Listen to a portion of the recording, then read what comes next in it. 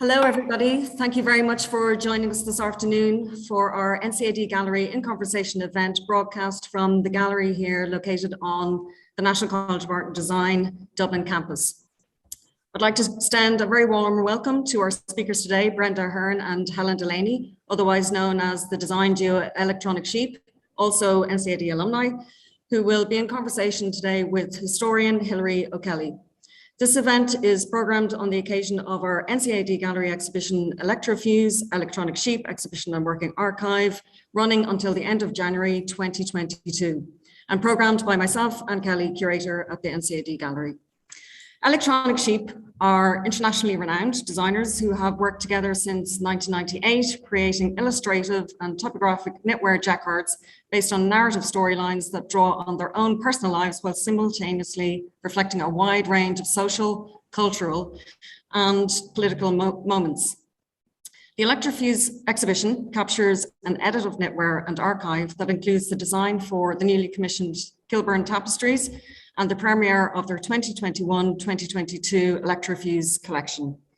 I'd like to introduce Hilary O'Kelly, lecturer at the National College of Art and Design, Dublin, who is a dress historian teaching and writing on the visual and material culture of Irish and Western European dress. Having published the history of Irish knitwear company Clio, 2014 Associated Editions, with the support of the Golden Fleece Award, we are delighted that Hilary can be here today with us. So without further ado, as you can see, we are here in the exhibition space at NCAD Gallery, and I'd like to hand over to Hilary O'Kelly just now. And with that, Hilary. Thank you, Anne, and hello, everybody, and hello, Brenda and Helen. This is unusual in that we are really only meeting for the first time via Zoom, so it's very of the moment, and it's a pleasure to be talking to you, and it's a pleasure to be part of an exhibition of fashion and graphics graduates from NCAD and a textile-based exhibition in the gallery. We've had a few before, but this is, it's rare enough for us to have exhibitions of cloth and clothing and objects rather than images. So it's a great pleasure. And I think the reason that I was brought on board is because of my writing about the history of Clio and because I'm a dress historian teaching in NCAD. And what I find very interesting is that when I started, Clio is a traditional knitwear place. And when I started researching the history of Clio, which is a shop on Kildare Street that was set up in 1936, I thought I was writing about fashion, but I found that every time I went to research fashion in relation to this knitwear, it wouldn't fit. So then I started researching craft, and I realized it was more a craft object that I was writing about, but it was craft that you wear on the body. And so while it was fashion, it was craft, and while it was craft, it was clothing. So I found the sort of how to locate it quite difficult. And I thought that was an interesting way of my looking at your collection here, in that if we think of the themes of Irish knitwear, and lots of people think of rural, whereas your work is very urban. People think of tradition, whereas your work has a very modern aesthetic. We think of fashion and the body, but in fact, your work is shown in the gallery on tables and on walls, not on bodies. There's no dummies there and so on. So we've got, we think of timelessness, and your themes are always very specific. So those are kind of background themes. And now I will stay quiet for a moment and say hello and very welcome. Brenda, you've come up the road, and Helen, you've come from London. Is that right? That's right. Hello. That's Hello. great. Hi. That's right. I'm based in Dublin. Helen's in London. That's great. And one of the things that we want to talk about, because you are both NCAD alumni and I have been in NCAD a long time, but our paths never crossed. I've been there since '86, but I must have been away for the few years that you were here. So I really would love to hear about your time here and what you think was the learning, the social world, the anything that you think was relevant from your NCAD life that's still part of your life today. Helen, do you want to start? Or Okay, I was just talking about this earlier. I think, yeah, I mean, to be honest, NCAD was one of the biggest influences on us. All the friendships we made here are still our collaborators and helped us and got roped into helping with aspects of the show as well. So that's how strong the friendships have become. I think the moment, Brenda did, as you know, fashion, and I did graphics. I also did the foundation here. And the moment I walked in the door, I was like, this is for me. But I think the one thing I'd take away from it was how hard I had to work. And I wasn't expecting that. I was here for the sort of, you know, the parties and just to create art. But I got a hard knock immediately that I was going to be working hard. And I did. And I think I laugh when I think about it now, because when I was at school, I wasn't particularly hardworking. And if you look at the way I work since I've been at NCAD and since I left NCAD, I nearly work every single day. So I don't know, it wasn't anyone in particular telling us to do it, but I just think it was the love of finding something that you just wanted to do. It was in you. That's what NCAD brought to us. Nobody telling us what to do, but you just felt like this is where your people were. Yeah, I think also one thing myself and Helen always talk about is that when we were in NCAD, we were always really encouraged to research, and concepts were really important. They were almost more important than the finished product. So like all of our collections, as you mentioned, all of our collections have stories. And I think that really did, I mean, we were always a bit of storytellers ourselves when we were growing up, but I think that's something we really took away from NCAD. And it also, I think, encouraged us to enjoy design more, you know, because we have so much fun researching and figuring out what we're going to do. So I think that was probably one of the biggest things for me anyway, that came from NCAD.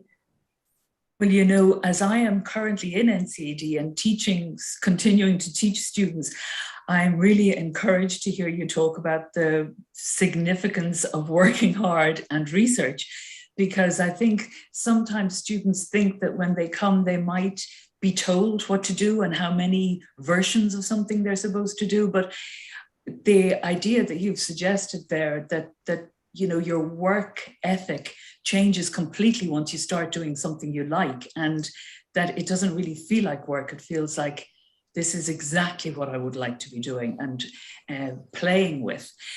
And that seems to me one of the key parts of what people talk about when they're talking about your work all the time, that it's friendship based and that the friendship is at the center. I listened to your talk with Conor Lucy from the National Gallery, and he was focusing on the centrality of friendship. And I think that theme and that warmth and that detail of knowing each other comes across in all of your work. And the fact that you grew up, was it actually next door to each other? Yeah, actually next door neighbors, yes. I moved there when I was 7 when I moved next door to Helen. So we've been friends since then, but we're literally like, yeah, my parents and Helen's parents were friends too. So all our families are friends too. So it's, yeah. Well, that's what I think is amazing, because you share a background where, you know, parents, brothers and sisters, they're all part of your world. And I mean that for the friendship between anyone who starts friendship from early days. You know what their house smells like, looks like, all the bits and pieces. And the fact that you were talking about, you know, that Helen, I think it was, your mother was obviously very creative in that she was the window dresser for Cleary's, which sounds like a really glamorous job. Well, not to take from Sheila, Brenda's mother, because I want to come on to Brenda's mother now. She's got a piece in the show, but Sheila also very creative. But yes, my mum was, I would say she was glamorous, and we talked about that a lot in our 2020 collection, Enjoy Yourself, our lockdown collection. And yeah, my mom was a display artist. I think they call them window dressers or whatever at that time. Artist, right? Yeah, and she says, anyway, she said that she was the first window dresser in Cleary's, or maybe the first female, because she said at the time there wasn't such a label thing. It was in the 50s. She was just told to kind of put stuff in the windows, and she really had the eye. I mean, you honestly had the amazing eye. And she just decided that she couldn't be bothered, like, just do it a certain way. So she did her own thing, of course. And yeah, she just was very dynamic as a person. And I think it was that thing as well, very self-motivated. She wouldn't take any orders from anyone. And I think that's what Brenda and I were, very self-motivated. And I think that probably that's inherent in us because of the way we've been brought up. And yeah, I think that was it. She was just, I think the way my mom dressed was probably, in her work, she was obviously limited with certain things she had to do. And she didn't work as hard as me. She always laughed at how hard I worked. She was more into getting dressed up. Going for lunch. And going for lunch, fun. yeah. And having fun, which I like doing as well, but I don't have as much free time. So yeah, I think it was just her style. I mean, there's photos from the 70s. I mean, we grew up in like suburban Dublin, but I'm thinking, where was she going in these like platforms and flares? And her wardrobe was brimming with just the amazing style and hats and everything. Brenda will tell you. I think Brenda remembers more about it than me, but there was a lot of style there, and that's a big influence on us. Yeah, for sure. Now, Helen, Brenda, I do want to come on to your parentals as well. No, yeah. Like, was your mother a creative in any way? Like, was she a cook or was she a knitter? Or my mom actually worked in the tailoring department in Aherne. So she was creative, but she gave up work. You know the way back then you had to give up work once you got married? Usually government jobs, yeah. So she gave up work then, but she was actually knitted as well. So I actually learned to knit at home with my mom. She had a knitting machine, so I was always better at machine knitting. You know, most people do hand knitting first, but I find hand knitting too slow. You know, I want to get to the end of the design, you know, so I find hand knitting too slow. So I learned to machine knit first, and I love hand knitting, like, and I love the different things you could do with hand knitting, but for me, machine knitting was always kind of the first love. Well, in a sense, I think that might be one of the distinctions between, say, being a designer or a craftsperson, in the sense that some people might love the process of the hand engagement and some of the visualizing and putting together. And I mean, I as I'm very interested in people's worlds and everything, I hope I don't spend my whole time asking you about your background. I wanted to say one thing, that, you know, when I grew up in suburban Dublin a few years before you guys, but I always thought of suburbia as very dull at the time, and thinking, oh, this is terrible, suburbia, because it had a bad name. But actually, in retrospect, I realized that it was very diverse in comparison to, well, I don't know, in comparison to what I think it's sold as, all the same people doing the same things in their boxes. Whereas I think now, thinking back on suburbia, people in all the houses along my road, they all came from different parts of the country. They all had different backgrounds. Some people were farming backgrounds, some people were city backgrounds, and each house had really a quite diverse character and culture. So I think that a lot of your NCAD graduates who have gone on to be or companions who have gone on to be so successful, actually were suburban Dublin kids, but with country backgrounds or backgrounds of people who are makers in some way.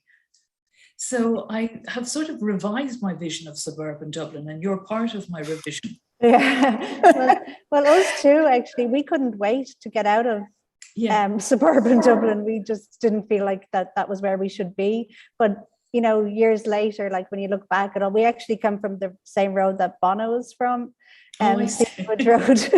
And there was actually an awful lot of creatives around where Gavin Friday, all on the same road. So it's really interesting. But it did seem so boring then.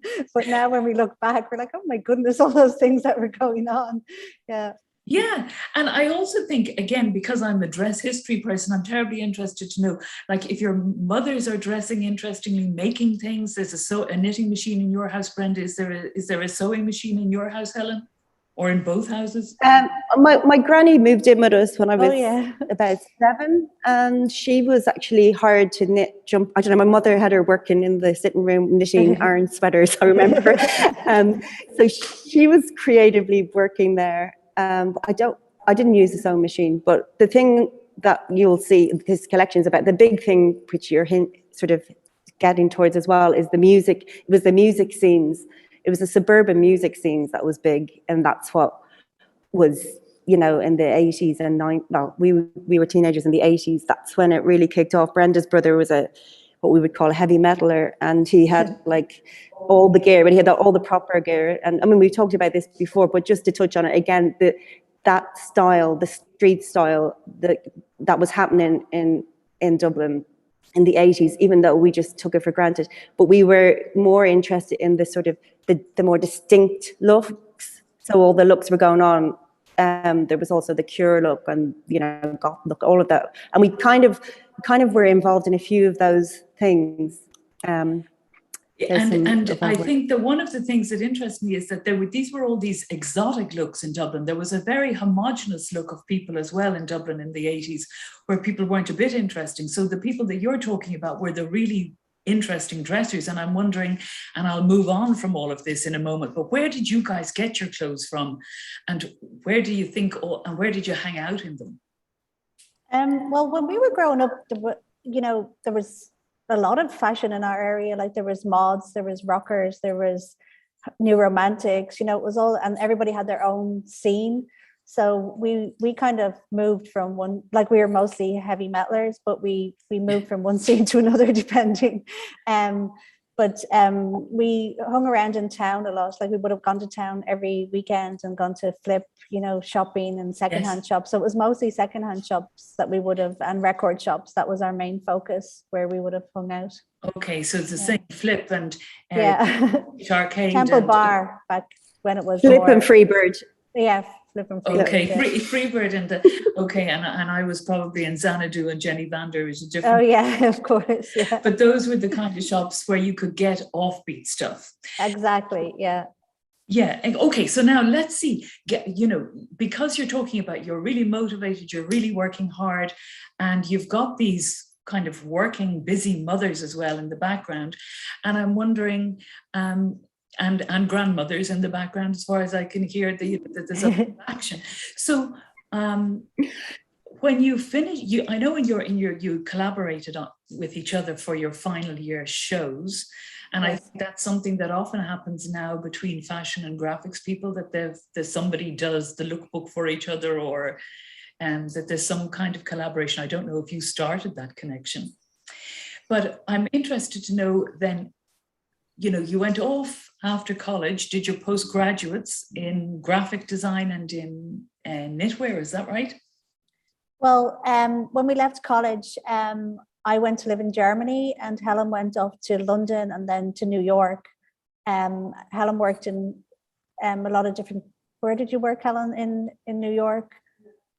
I've had to like print my CV out because it's ridiculously long. I basically wouldn't say. So what are the cool ones that you think affected you? I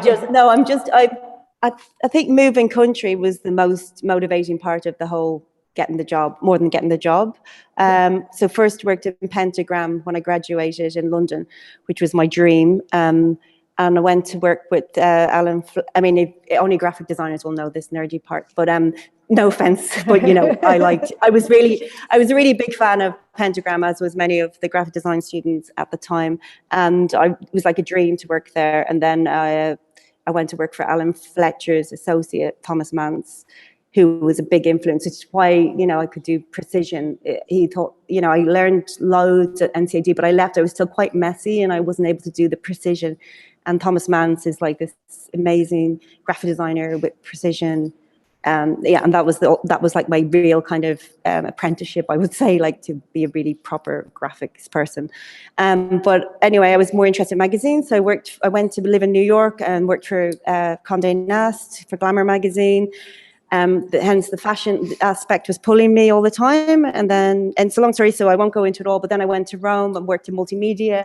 Again, just kind of wanted to move around, but also I get bored really quickly.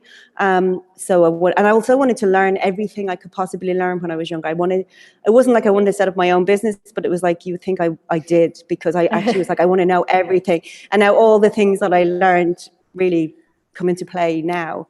So and then magazine work, Sunday Times, and I've worked for Observer. Okay, Financial so Times, really all of those. deep. A lot of work. Yeah. Yeah, a really deep experience base. And Brenda, I presume yours was similarly. Well, I lived in Germany, so I worked in different jobs, but I mostly like started to set up a business, but I was making everything myself. So then in 1996, there was a knitwear technology course in Limerick College of Art and Design, and I came back to do that. So that was to learn how to program knitwear, like program for these really high-tech knitting machines called shimasikis. They were very new at the time, Japanese machines. So that was amazing. You know, it was really great industry experience, and I learned to actually program. So, you know, whenever we in the future, whenever we wanted to do anything, and you know, the knitters or the programmers would say, oh no, you can't do that. Like I would know how to do it, and I could, you know, explain, you know, but sometimes they just wouldn't want to do it, you know, but so that they was wouldn't really, want to do it. Okay, so that's a really interesting point. yeah. I was thinking about that. I was asking the studios if we now have shimasiki technology in the studios. We didn't have them in your time here, did we? No, we didn't No. have them. Like everything I did for my degree was on, you know, a hand flat brother machine. Hand-flat and some, one. yeah. Okay, so I think we've Yeah. got more digitized. Yeah. I mean, I don't think there's a actual Shima machine here, but they probably have the programs for programming them. That's right. I think we've got pass-up machines instead. I use pass-up machines then too. The thing about the Shima machine, like it's really high tech, but it's if you need an actual technician specifically for it, because if it breaks or you drop a stitch or anything like that, it's a real nightmare. So that's probably why they don't actually have one on campus. That I know that when we just did a tiny sum earlier on, Helen asked Brenda if that was the right mathematics, and I'm wondering, Brenda, are you the mathematical mind, or are you both mathematical? I would say neither. Neither. but actually, well, like I was never interested in maths in school, but because of, you know, it's like the shimasiki was very, very mathematical and technical. So I learned it when I was interested to learn it. So That's right. you know, so I can do it if I want. But yeah, That's it was, yeah. I mean, knitwear is very, you know, mathematical and technical anyway to get it precise. Yeah, that's right. And that's one thing I wanted to ask you about your design process and your manufacture, because I remember hearing you say, I think it was Helen, that when you're working with your Greek manufacturers that you're pushing and pushing, and I think it was when you were doing your Hollis Street building for the for the breastfeeding promotion. Yeah, I think that was the one that was the closest to a tapestry in terms of it grew. So Brenda kept saying, stop making it bigger. It's and I was like, we want to get this woman on. We're missing this woman. And it was just about fitting on as many of the characters. It was, for me and for Brenda, there it is there.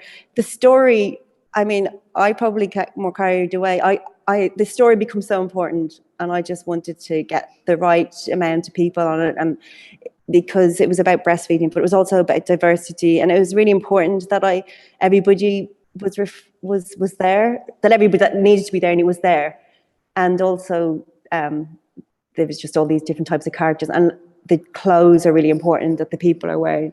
So it sort of kind of went off on a tangent. It was meant to be about breastfeeding, but it became about style, and it just got bigger. And I do remember bigger, and I do remember Brenda saying, do you remember that, Brenda? You were saying it's just going to get too big.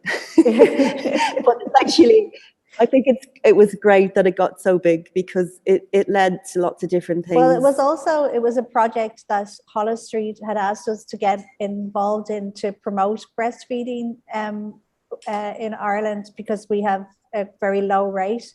So they were doing this big push. So we had said that we would do something, you know, we would give a couple of days, but it actually took weeks and weeks to design this. Yeah. We were supposed to do something much simpler, but obviously we weren't able. So, yeah. But you were committed to the project, I take it, by the sound. Well, we just got engrossed, you know, it just, you know, got bigger and bigger. But I mean, that's usually the way we work anyway. You know, we start off thinking we'll do this and it won't take too long, but you know, we would never let anything go unless we were really happy with it. You know, in our minds, it was perfect. So, you know, it would have to be completely finished before we would let it, be manufactured, basically. Well, it's absolutely stunning piece. And I think exactly what you're planning, that it works as a baby blanket or a throw in the house, and that it's very versatile and very warm. So it's the kind of thing that can operate. It's also, a lot of people keep it as an heirloom, you know, they get it for their baby and keep it as, you know, an art piece, I suppose. Yeah. A lot of the things you're talking about, you know, they're whole themes in themselves. That, for example, the issue of these pieces being art pieces, they're graphically magnificent, they're exciting in terms of color, they're beautiful in terms of quality, so they've got so much going for them. But you know, putting them on I still want them wrapped around a person, you know, they don't seem like an art piece, they seem like their warmth is so central. Because technically speaking, am I right in saying they're a double-faced jacquard? That's right, yeah, they're a tubular jacquard. Well, not all of them. Some of them are not reversible, they're ladder back. So we, they're ladder back. For example, that one is a tubular, the one that's on screen now, but some of our other ones are ladder back because you can use more colors in a row. So that's the reason we would do that. So for some pieces, we would. Okay. And do you find that the ladder backs and the double-faced last the same length of time, or is there kind of one is one more expensive? No, they last the same amount of time. I mean, all of our stuff lasts forever, which is Helen's mom is always giving out. She said that, you know, they never wear out, so people don't have to buy new ones. But the tubular ones would have more movement than the ladder back, for example. Yeah. We often have a lot of debates between us about this, because the thing about the I suppose in my head, I'm always looking at them, I think of them flat as well, and the having more colors is always like something I really want to happen. But then there's a downside of you know, it's not a downside, but it's just a different thing, different for people wearing them. Like you're saying, if you look at them flat, that's one thing, but they're actually sold as objects and they're worn as objects. So the double-sided one, you can wear reversible and stuff. But some people like the leatherback in it, looks just really knit, like an abstract, like just color. So they just have very different feels to them. Yeah, and I think that thick quality, I gather, is part of your iconic shape for your triangle, because I was really interested, wondering, where did you come up with this triangular shape? And does each triangle have to be knit to shape? And, you know, it's very much well, it's the kind of icon of your work, I would say, is the triangle scarf. Well, we had the idea originally, you know, we were really into music and bands, as we said, and we really loved bandanas. So we had been trying for a few years to make a triangle scarf, but it's actually quite hard to make one that has a bit of movement and sits properly. So it wasn't until we worked with our new manufacturer that we figured it out. But yes, they're all shaped individually. To make this. So they're all shaped individually, and they're edged. Okay, so they're linked. Yeah, they're beautiful looking objects. So, you know, I'm wondering about that when we look at this, like Electronic Mini, your collaboration with Sinead Burke. How does that collaboration come about typically? I know with Hollis Street, they asked you to give them a day or two, is that right? Well, no, they just asked us to do it. Actually, the person who was working in the marketing, she was an NCAD graduate and she was an artist. So that's how come, we didn't know her, but that's how come she got in touch. But the Electronic Mini was, we actually met Sinead, wasn't it, Helen? Yeah, she wanted to work with us. No, she got in touch with us just to meet, because she loved our scarves, and then we just met up for coffee, and then we were talking about collaborations, and we were just saying, you know, we do collaborations with people who, you know, we like usually and who, you know, we find interesting. And then she was just, you know, like me. So then we just got chatting really. And then it was just sort of happened. Yeah. So it was a really, really nice collaboration. So that sounds like most of your collaborations happen. Sorry, Helen. Yeah, no, I was just going to say with Sinead also, she was really like to the point, and it happened kind of, I think it was one of our quickest turnaround collaboration wise. Yeah. There was, we talked about it, we gave a little sketch, she said, yep, great. And then it happened, and there was quotes on it, there is quotes on it that, I mean, from really famous people, Michelle Obama's got one quote on it. So it was about for International Women's Day. So we were, you know, we were wondering about, could we use them? And Sinead reassured us that everything was fine, and that happened. And it was great. It was just, everything was just organized and done, and it's a typographic scarf. And then came up with the goods of promoting it and putting it on to, I think, 33 different types of, not women, different types of women, different women.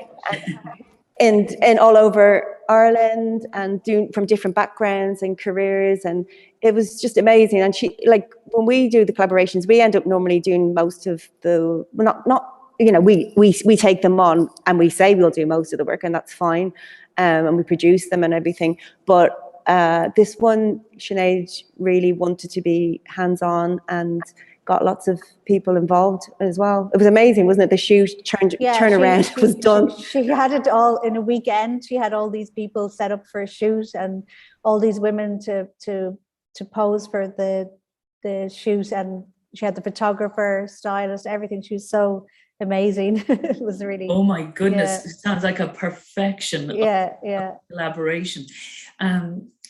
So I think, what do most of your collaborations take up most of your working time?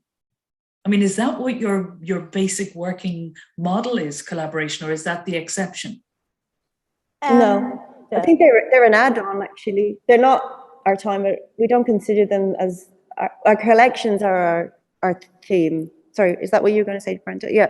I mean, the main thing is we love our collaborations, but most of them happen organically. Nearly every collaboration has happened organically or by chance. They're also mostly, we would do them for, I wouldn't say, well, yeah, fun kind of, you know, because it would be almost a luxury, you know, so. It would be what, sorry? A luxury, you know, that we would get to work with these people, you know, that we admire, or so that would be, but, you know, some of them are commercial, some of them aren't, but they don't have to be. We just would do it more out of, you know, creative project, yeah. So that's one of the things that strikes me as being very distinct about your work, that it seems to me that there is as much engagement with the theme and the energy and the relationship as there is with the product and the profit. Would that so you hit the nail on the head, yes. I mean, this is one of the reasons I think why we've ended up having a show is we have a business and we run a business, but I think Brenda and I are here for the creative side of it. We've definitely both turned down like other work our whole lives, you know, for 23 years, that we could have been much more profitable, I would say. It's a very difficult industry, and it's just in us. We don't think about what's next. We just keep going, and if we don't get bored, we change. We get so excited. We just get so excited about what's happening next. And it's like this project, like this one that's on screen, for example, Adam Frost, who's this amazing, vibrant visual artist in London, and he's through friends met him. He's just was like love everything, and just wanted to do something with us. And like before he knew about the show and everything, it was just like, can I somehow do something with you? And this sort of came about painting on our scarves and embellishing them, and just the fun and the excitement. And even when he hopefully will come to the gallery soon, but when he talks about it, it's just like bringing our work to another dimension. And this is not obviously a commercial piece. This is what we love doing. We love creating, and the business side is another aspect of what we do, I suppose. But yeah. Well, also, I think that because we have the creative and the fun and the friendship and the love that people feel that in the product. So most people, a lot of creatives buy our scarves and wear our scarves. We found that, so many people in the industry have them. And also they're usually people's favorite scarf, their favorite piece of clothing, and they would, like, if they lose them, they get really upset and they want to replace it with the exact same one.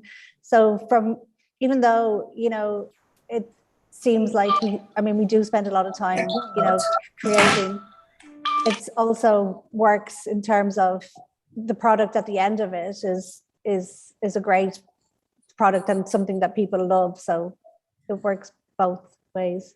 Yeah. Well, that is exactly what I was thinking as I was looking at your work, thinking that, this concept of friendship is mentioned all the time. And it seems to me to be the centerpiece, not only of your collaboration with each other, but also your, I was wondering, was it also the basis of your client base, that really people appreciate that energy and that love, and that is really what, and the themes that you deal with, and the issues you take on, and the references that you make, and so that this could be a much bigger operation. And it's something I wanted to come up onto, because I found that during the course of researching dress history in Ireland, that a lot of the commercial, the backing that people get for production in Ireland, and I know we're not talking about production in Ireland, but is for trying to create more exports and more employment. And that if you just want to stay as a niche creative product, that sometimes the financial backing and the commercial support isn't there. And I'm wondering how you have found the sort of the institutional backing for your work. Well, we wouldn't have got much backing or much support, like, if we're completely honest. And I agree that you have to have a certain amount of people working for you, and you have to have it made in Ireland. I think it's not like the actual that I live and design in Ireland isn't appreciated as much as it should be. And also I think, if you don't fit into a certain category, like we're knitwear, but we're not traditional knitwear, the bodies that could have supported us or could have, given us funding didn't really know or understand us. They didn't really know what we are. And there's not a lot of backing in general for fashion anyway. There is probably more for craft than fashion. So it is difficult. And there's also a lot of red tape and paperwork and filling out forms, and actually if you spend all your time doing that, you wouldn't have time to run your business. So well, yeah, one thing and also as Brenda was saying, also, even though I live in London for the last 20 odd years or more, I still present myself, as Electronic Sheep is an Irish label. It's presented as an Irish label. We do London Fashion Week, and even in that context, we still call ourselves Irish label. Our loyalty to being an Irish label, and the people who wear our work is a lot of Irish people as well. And, it's international, but there is a lot of loyalty, and we're very much about being from here and the influences from here. But like Brenda said, it's like we're completely bonkers. I don't think that any of the powers that be have ever really kind of 100% know what we're trying to do. And I think that's kind of disappointing. And I think that needs to change. We're not just about Aaron sweaters. For everybody else too. Yeah. Particularly what's Irish knitwear. We're Irish knitwear. This is Irish knitwear right now. But we're able to stand on an international platform and be up there with the rest. But why are we being held back by being told that's not what Irish knitwear is about? So it's the boundaries of what you were talking about earlier about what's knit. I'm not a fashion person. Brenda's knitwear. We're not any of those things anymore, and that's that's not the way it is all over the world. There's boundary. Those walls are broken down. You can do what you want, and I think that's the creative industry, I mean, the people who support the creative industry also should have the vision that you can actually look at what's experimental, look at what's authentic, and look for the change, look for the people who are actually trying to make things different rather than the same old. Okay, that's all I have to say. But it's really important. Like we just look, if we hadn't stuck to it with no support, we hadn't just kept doing what we do, this exhibition wouldn't be here now. I mean, we might be mad, but this is what we wanted to do, and we never stopped doing it. And we're just really authentic about what we did. And I think if we had have kind of tried to pare it back, I think we probably did once or twice, and it just didn't work for us. Yeah. And I think I'm glad we didn't. Okay, we might have had bigger mansions and all of that, but that's not what we were about. We wanted to make the work 100% authentic, 100% our story, not from Pinterest, not from ripping off other people. It's 100% ours, and we can put our hands up and say, yeah, no, we're not doing mood boards with other people's work. This is our work. No, and I think that I was thinking that, yes, you're not going to be Diet Prada any time. It's not going to be but what I really find, and I think is probably the essential interest for me in one part, is that, your description of your support and the difficulty of locating you is actually very similar to the stories I would have heard about Clio traditional knitwear, because it was too traditional. Oh, yeah. Or no, tradition isn't innovative, it's not new, so we can't support that either. So I think that knitwear is a riveting interface of so many rurals and urbans and local and internationals, and modern, it's digitally based material. Yeah. Jacquard knitting, it's the base of the computer programming. So I think it's not limited enough to find its feet under any funding or any label. So it's outside support systems, even though it's precisely what we say we're interested in Ireland. Tradition, local, real, authentic. And of course, the word authentic comes up all the time in everybody's work. And I also think that, we're talking about your story and your generation. And I think in our youth, or my youth anyway, Dublin-London was a very local connection. And the people were always going to London for their summer work jobs, or going to London to do a bit of cool shopping or whatever else. And I think your project, maybe in your Kilburn Tapestry, is bringing that together, that Kilburn was always a really Irish area in London, isn't that right? Yeah, definitely. When we were researching for the Kilburn Tapestries, I think everybody, especially sort of our generation, would have somebody who lived in London, or their sister lived in London, or you always had somebody to go over to. Yeah. I think there's still a big connection with London. Like, we're so influenced by what goes on in London, and like, it still does feel like you could just go back forward. It's like that's part. And yeah, of course, Kilburn is still got a really Irish, well, Helen lives there now, so she could tell you more like it, but it's definitely got an Irish influence still. Helen, do you feel? Yeah, they're few and far between. I can hear the odd accent on the road. Yeah. And actually, funny enough, when we got commissioned to do this tapestry, one of the aspects was to draw in the community. But of course, the pandemic started, and I was meant to go to a tea dance at an Irish old folks home in the area, which I was looking forward to, but I couldn't go because pandemic started. And so what I did was, in safe distance, I did sort of try and go to some cafes, when it got a bit calmer, when lockdowns were over. And I did stop a couple of Irish old elderlies, and they were very nervous of me. And I said, no, it's okay, I'm Irish. And they were like, get away from me. So it didn't go down so well. So Brenda and I did, we did everything together. One key focus of this panel here is Vince Power, who people will probably know by the Mean Fiddler.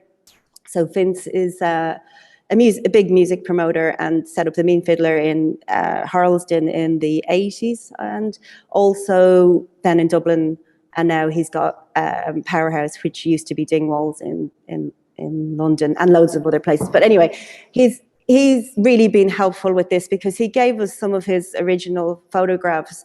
That's this one to the left that you're just gone by, is his, if you go a bit more the other way, his shop, Finn's Power, had a furniture shop in Harlesden, and then after making some money there, he set up the Mean Fiddler, which Brenda and I managed to go to in the late 80s, like just a few times when we were over in London one summer. So there's the stories from that. This panel, like I said, just to get it, just touch on that, is it's sort of a collage of his shop, and then you see the Mean Fiddler down the lane, but then there's a music shop which still exists on the Kilburn High Road, and there's the Fiddler, which is Vince's new bar, which we go to, which is now on Kilburn, and it's a smaller music stage area as well. And then there's a butcher's there, which is still in Harlesden. So it's sort of a collage of a few key Irish places. And then we wanted the story. It was really important that we had Irish artists and musicians that went to the Fiddler or played at the Fiddler, had some connection with it. So Vince helped us a bit on that, and we have Shane McGowan, of course, and then we have Sinead O'Connor, a few other, and we also have Vince's daughter there in the window, Bridget May Power, and just, and there's Brenda down the lane. That's actually a picture of her at that time. She would have been. So all these kind of funny. I mean, we have we've talked about earlier, we have a lot of humor about what we do, but it's about history past. It's about stories that haven't been told 100%. Some of these stories are, this photo is also unpublished photo. I don't know if Brenda can talk about that one. Yeah. With Phil Linnett, who we're big fans of as well. Yeah, that's Phil Linnett with his manager and friend. I think it was his roadie actually, and his friend Gus. So Gus's granddaughter is actually in my daughter's class. So that's how come we've got talking about it. So, that's another example of the connection between London and Dublin and Ireland. Like, we're all connected. That's right. Yeah. And I think, sorry. I think the link between the creatives in Ireland and London was really strong back in the late 80s and the early 90s, and it was considered a really great thing to go to London. The music was vibrant and everybody loved it, and then it sort of all kind of started. It didn't become such a thing, and people went to New York instead. Particularly creative people, and I think London just sort of lost its sort of allure to Irish people for a long time. But I'm seeing a whole new sort of new sort of migration of all these generation, of Irish creatives. We'll take, for example, Declan Kelly, who did our portraits that are in the gallery. He's an amazing photographer.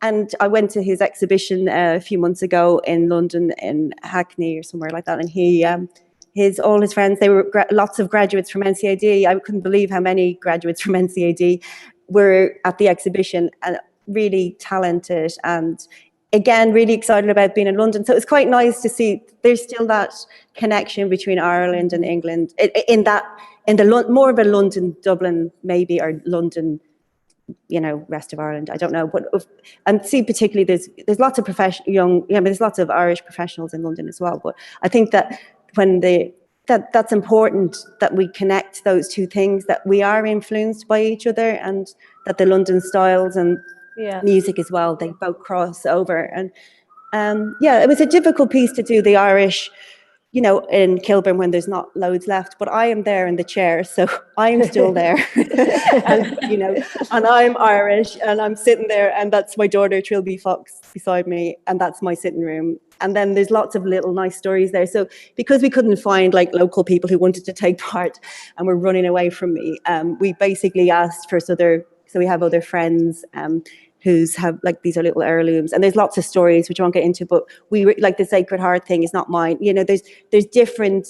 If you look into the shelves, there's actually other objects that were given to us by Irish people who live in the Brent area, which is Kilburn and Willesden, etc. So there's, like all of our work, there's about 1 million stories in it, but you can't really unpick them all because it would take too long. But there is, we love the details of it, and you could go on forever. And then, sorry, that's it. No, Helen, no, go on. It's you we want to listen to. Sorry, there's one more thing. The border as well is traditional Irish dancing costumes, and Brenda, you got that was from a costume of somebody Brenda knows is another Irish person.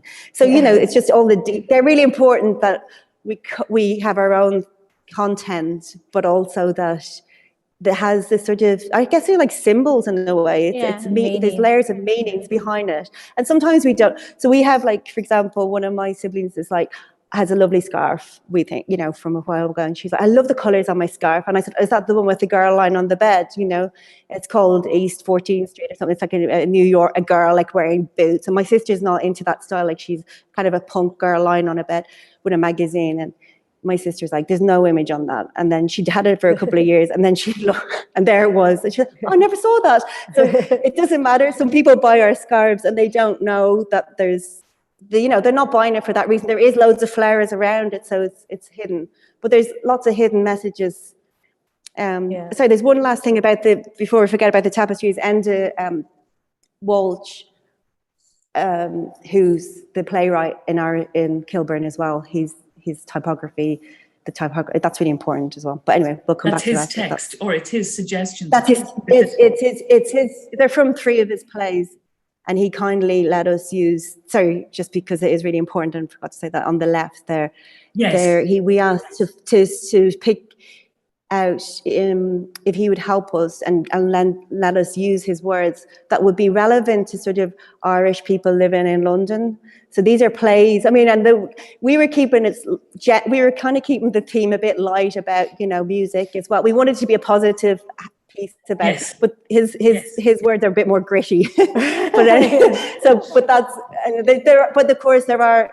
It's a real reality about people who, you know, leave the country too. There are also happy and sad stories. So it's important that panel does capture the realities of life and immigration. And I mean, certainly as a living in London for a while, that sense of how people had done from Ireland in London was very emotional to see people in the city. Some done great and some who hadn't done so well.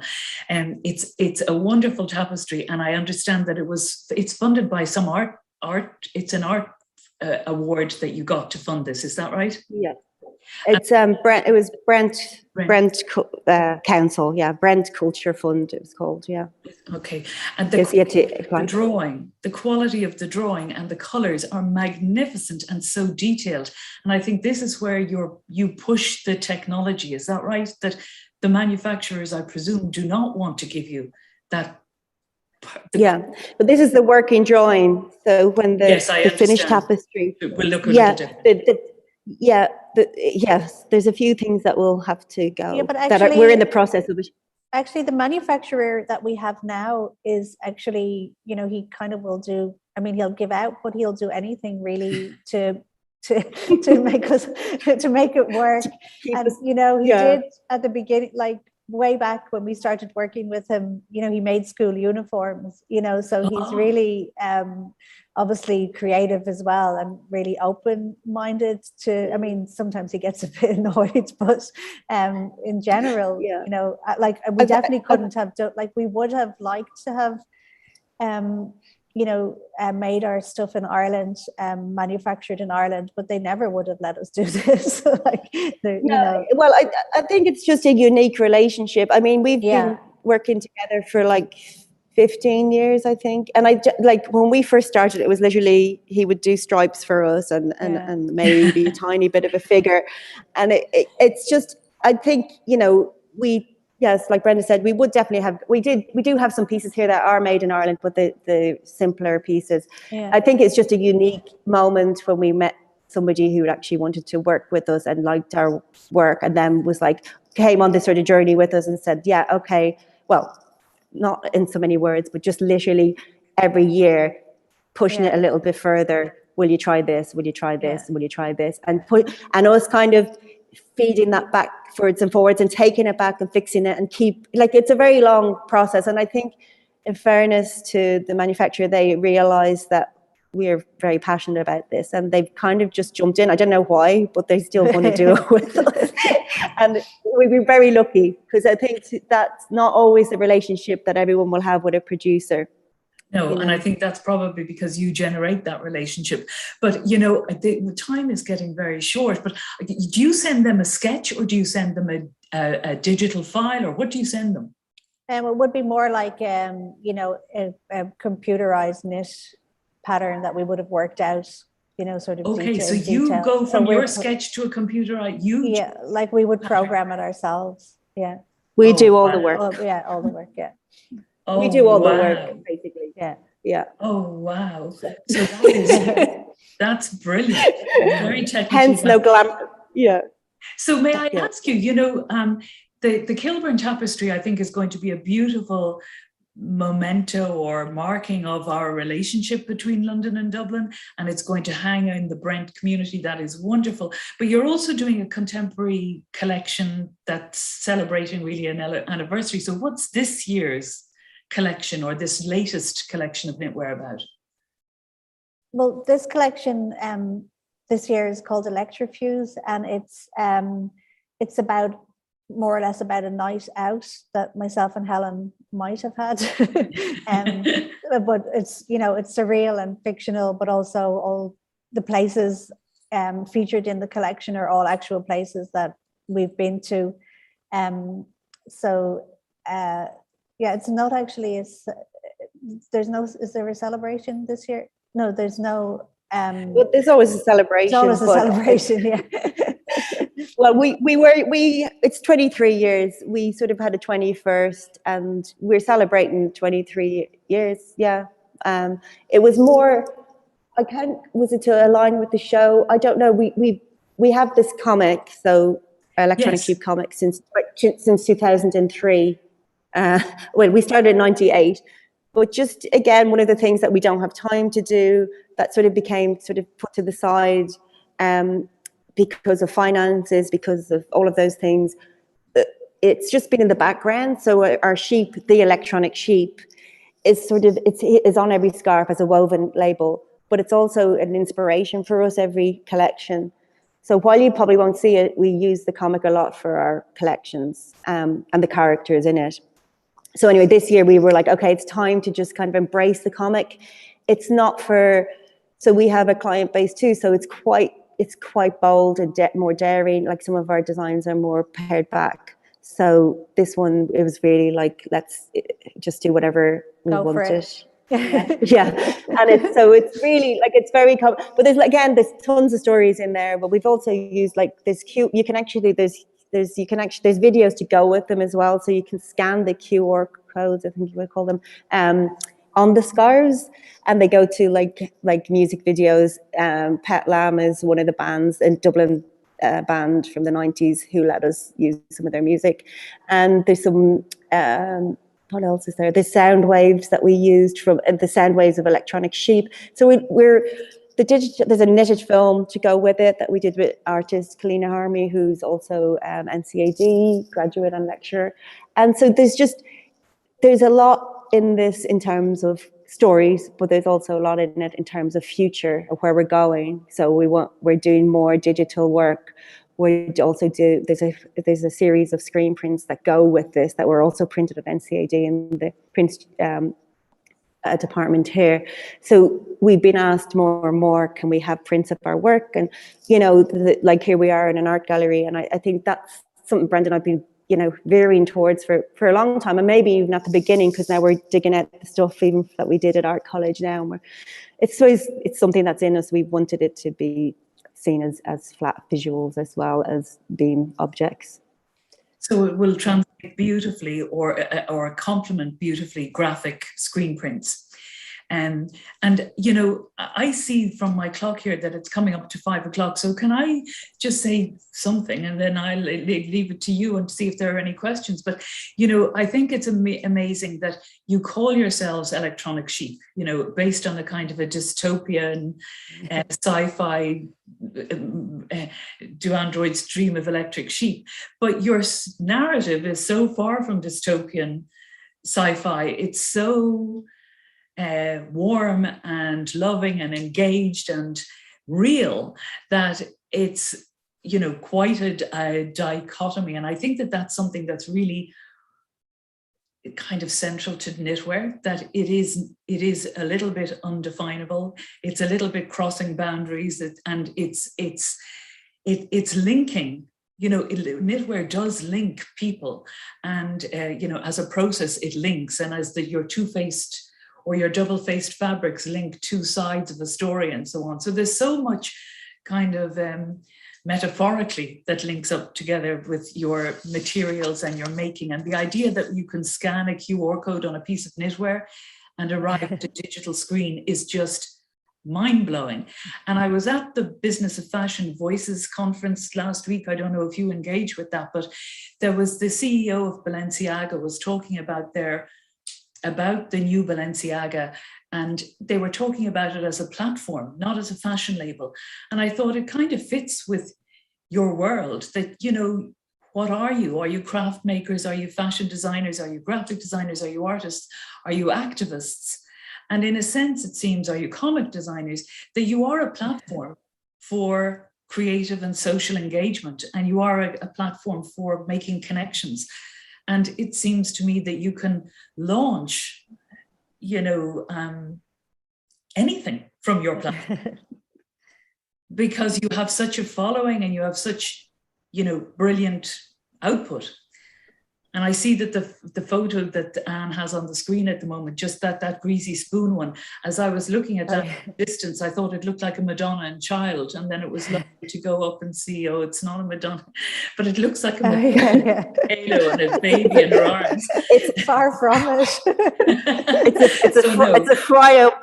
It's a fry up, yeah. Maybe it's a mashup. Maybe it's a mashup. Yeah. So now I have maybe, I don't know if we've covered material that we'd like to cover. Is there anything that you'd like to talk about before we ask Anne if there are online questions?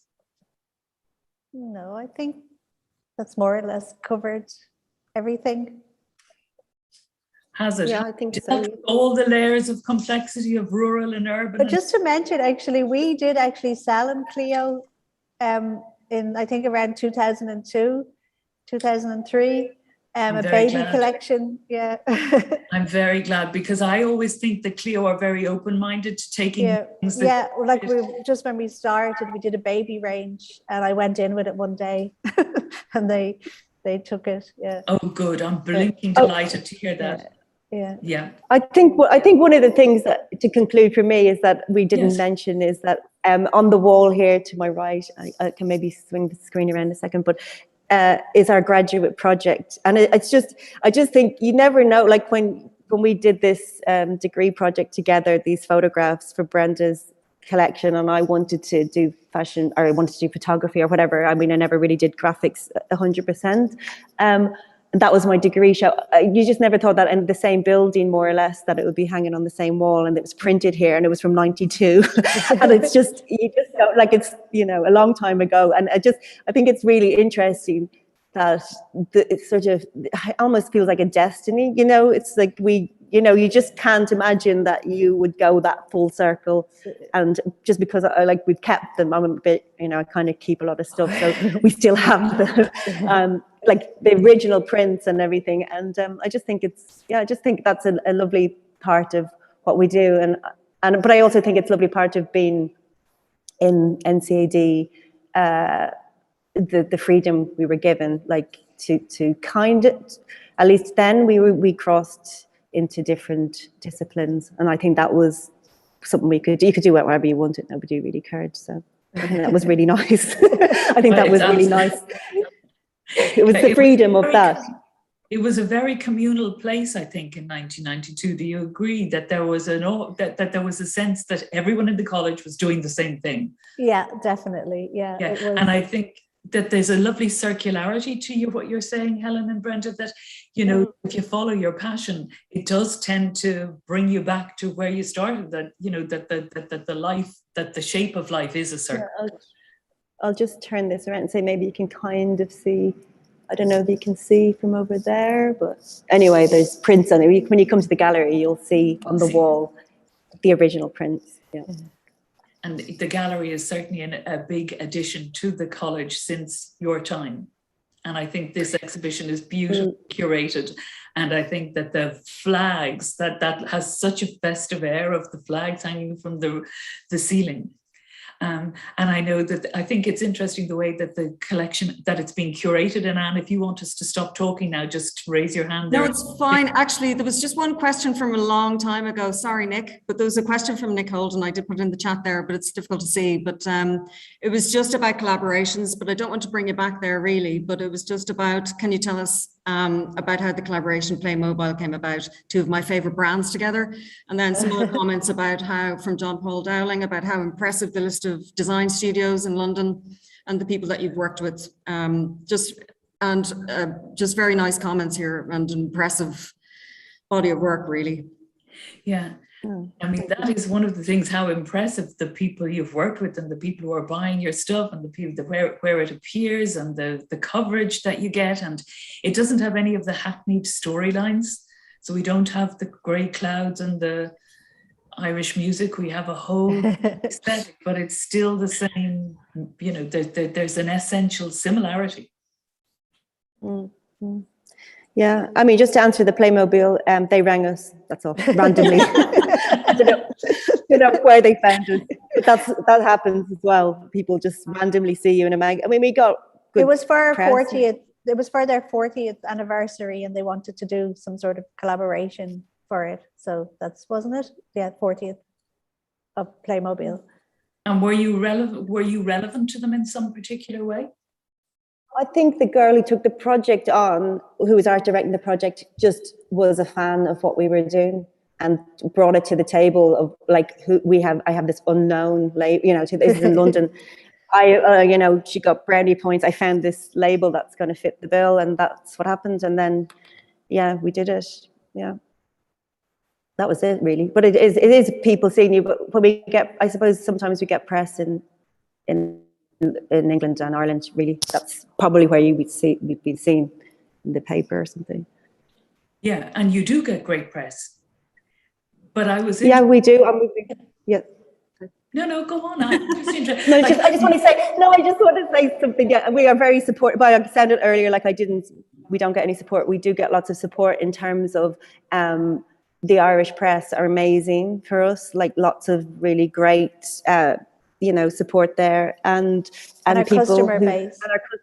And it's brilliant. I mean, we are, like I said, we are an Irish label, even though I'm living away, and we love that. That's where we are shining, is in Ireland, and that's important. And I also think, you know, the funding thing is another kettle of fish, and to be honest, we don't really, you know, part of it is we don't actually like doing forums as well, so we have to blame ourselves. You can employ a little somebody who might like to learn what you're doing and fill in your forms for you. You know, that's a good idea. People would learn a lot by doing that, and you gain something. Yeah, perhaps. We might finish off there, will we? It's been a bit of quite a long talk. Yeah. Thank you very much. But I just wanted to say that part of the process of the exhibition as well, I think Helen or Brenda might have mentioned it earlier, was just that the archive is being archived, I guess, and it's still a kind of a process-based exhibition too, which is kind of exciting. So just while you're talking about opportunities for people to come along to the exhibition, you know, there's lots of opportunities to involve you know, electronic sheep fans in terms of, you know, coming down to view the exhibition and bringing their scarves so we can document them and, you know. And maybe take the story of when what they're doing with it and how they wear it and why it's important to them. And we'd really like to see how the network and the knitwear, you know, how your network operates, because I think it's a bit different from other networks. And I'm wondering, do you think your client base is geographically local or widespread? In terms of, well, are your buyers international? Pardon? Are your buyers international? Oh, well, we have international. Yeah, we have a lot of international. I would say our core would be Ireland and England, and then the rest would be international. Yeah, a real mix. Yeah. It's wonderful. And if you know, I'm hoping that when you've got stuff archived that you'll remember Nival, of course, that Nival is our wonderful archive of Irish art and design, and you belong there. Okay, that's good to know. yeah, you definitely belong there. You're probably there already, but the more the merrier. Nick Holden says he still has his hat. Oh, good. Okay, maybe we'll finish there unless anybody wants to say it. Brenda or Helen, would you like to say anything, last words, or Hilary? I want to keep going for about another hour because it's lovely talking to you, and I just want to say thank you and thanks to Anne, because I think seeing our work like this has just made, you know, change. It just seemed altogether it's making sense to us. And it feels like even the stuff that was hidden in box, you know, I mean, you know, we just keep going and going, but the things hidden in boxes and bits and bobs you'll see when you come in, if you haven't been here, you know, that Anne understands. Like, there's never been a question about, is this ridiculous? You know, this tissue paper with drawings that Brenda and I did down a pub or something that became the designs, you know, and I just like understanding where we're coming from and appreciating that is huge. It's everything to us, because without that, you're not going to capture the whole core of what we are. And that's amazing. So when you see these bits of paper in there are bits of paper that make these things. And, you know, we're from a pre-digital time as well. So there's a quite nice crossover, and now we're quite digital. So I think that's a really good story, because we're old enough to be, you know, a little bit interesting in that own fact that we're older. So there's benefits to it, you know, so that's nice. But this really operates as a retrospective. It really pulls your work together. It really showcases it beautifully. And whether it makes sense, I'm glad it makes more sense to you, but it makes a brilliant narrative for the viewer. It's a wonderful exhibition, and many congratulations on your successes and on the exhibition.